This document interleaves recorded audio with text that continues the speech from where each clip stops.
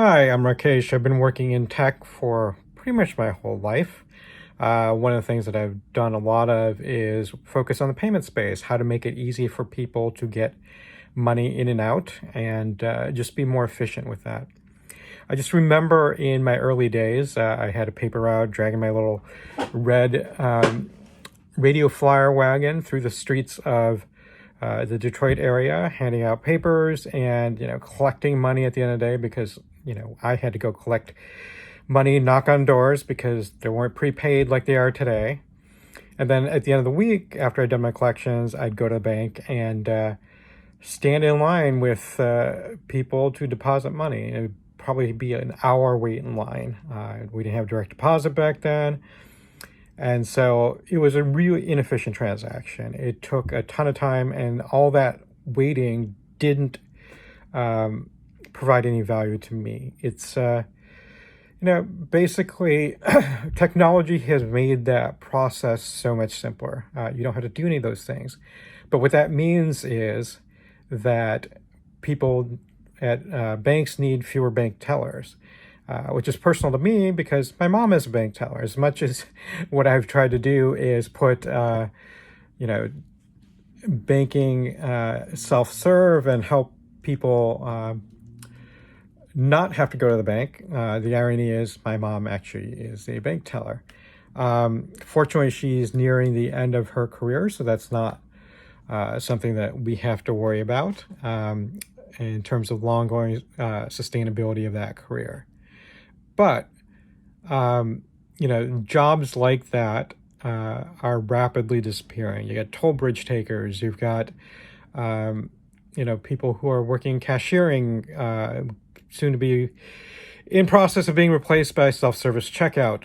And, that is all tough. Going back to the banking here, let me show you here. Why do I swip this thing? Okay, I can't. For some reason, Apple doesn't seem to let me swap cameras when I'm doing a video. So I will not do that. I'm going to just have to hold up something instead. Or show you something instead. So I'm hoping you can see that. This is my bank, First Republic Bank, where I do a lot of my banking. I also have some others, but these are really cool guys.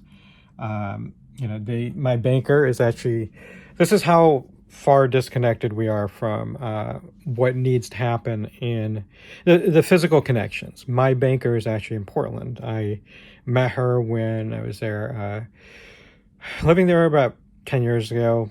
Ashley's her name. I'd show you a picture of Ashley, but I don't have her picture. Well, yeah, it would be weird if I had a framed picture of my banker at my desk. But Ashley's great. We do everything over email. And, the service is a level of ridiculousness that I've never seen before. I was down in Peru hiking Machu Picchu, and I lost my water bottle. And I love the First Republic water bottles. And just, jokingly emailed Ashley about it. And I said, hey, missing my water bottle. She said, okay, are you going to be in the same area in Peru for a while? I'll FedEx you another water bottle. Like, no, that's not necessary. But when I got back home, there was a stack of, there was like 5 water bottles. So I got 2 of these and 3 of the other kind that I like better.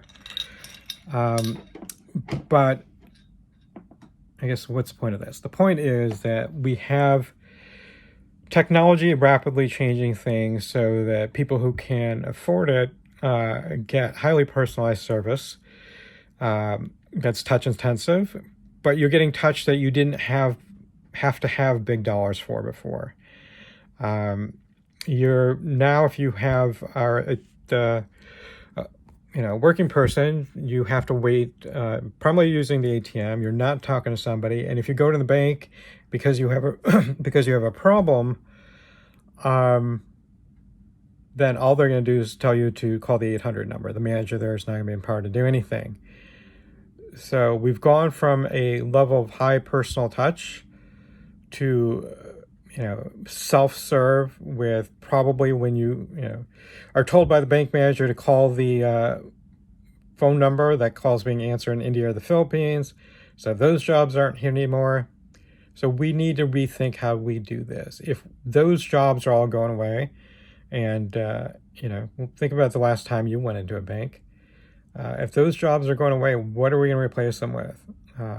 Because if you look at the numbers, if you look at the statistics, all the techies want to talk about how population has, or jobs have always grown with population.